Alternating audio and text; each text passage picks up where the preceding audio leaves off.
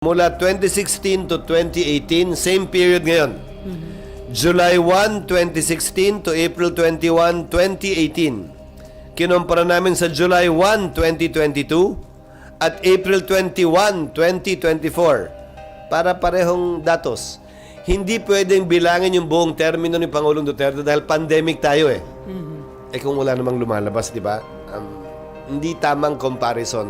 So yung unang 2 taon lang, tandaan nyo, sinimula ng war on drugs o 2016 pa lamang. Anong date ng memorandum? Nung double barrel? July? July 2016. O July 2016. Ang datos na sinubmite sa Senado ay Crime Index, July 1, 2016 to April 21, 2018, 196,518. July 1, 2022 to April 21, 2024, 71,544. Mas mataas ang krimen nung panahong yon, 16 to 18 ng 60%, halos triple. Maraming patayan nga. Kasi nga, hindi mo pwedeng hindi bilangin yung patayan. Krimen pa rin yun eh. Extrajudicial killing nga, it's a crime.